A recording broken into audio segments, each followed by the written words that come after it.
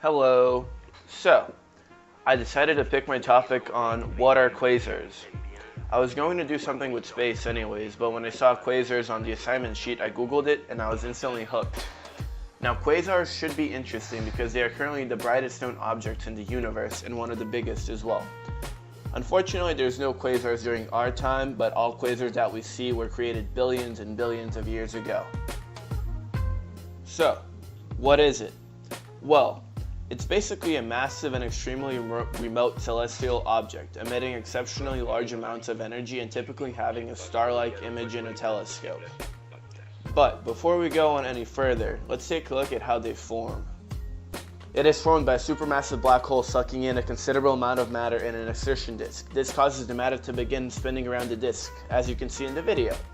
And because it is an exertion disk, the matter will continue to speed up on a regular basis. As the matter speeds up more and more, it will begin to heat up, and as it heats up, it begins to rub against each other, which in return causes friction, and that friction creates light.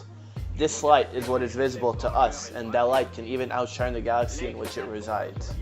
But we didn't always see this light. In the early 1930s, some places where point sources of radio waves were found, no visible source other than a stellar-looking object was found. These objects were called the quasi-stellar radio sources, or quasars for short. It wasn't until 1963 that this guy, Martin Schmidt, discovered radio source 3C273. He was smart enough to realize that the unfamiliar lines were simply the bright emission lines from hydrogen gas that had been shifted to different wavelengths. And according to Hubble's law, an object with that red shift must be located billions of light years away. It must be brighter than a million galaxies to appear as bright as a star at that great distance. Now, quasars aren't the only of its kind. They are part of a class of objects known as active galactic nuclei, which also consists of safer galaxies and blazars. All three require a supermassive black hole to power them. An active galactic nuclei is a compact region at the center of a galaxy that has a much higher than normal luminosity over at least some portion, and possibly all, of the electromagnetic spectrum. Thanks to technology though, scientists have come up with a unifying model. Today, most astronomers believe that quasars, radio galaxies, and the centers of active galactic nuclei are just different views of more or less the same phenomenon. A black hole with energetic jets beaming out from two sides. When the beam is directed towards us, we see the bright lighthouse of a quasar, and when the orientation of the system is different, we observe it as an active galaxy or radio galaxy. Unfortunately, we still can't observe them during daytime, so... Alright, now that it's nighttime, we might be able to spot a quasar in the sky, but we can definitely see them better with space telescopes. There are many located in Earth's orbit today, but one of the most notable ones is the Hubble.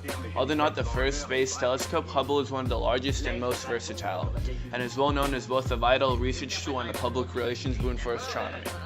Before Hubble, quasars were considered to be isolated star-like objects of a mysterious nature, but after its launch, astronomers were able to observe the giant object better, and it helped create the unifying model theory.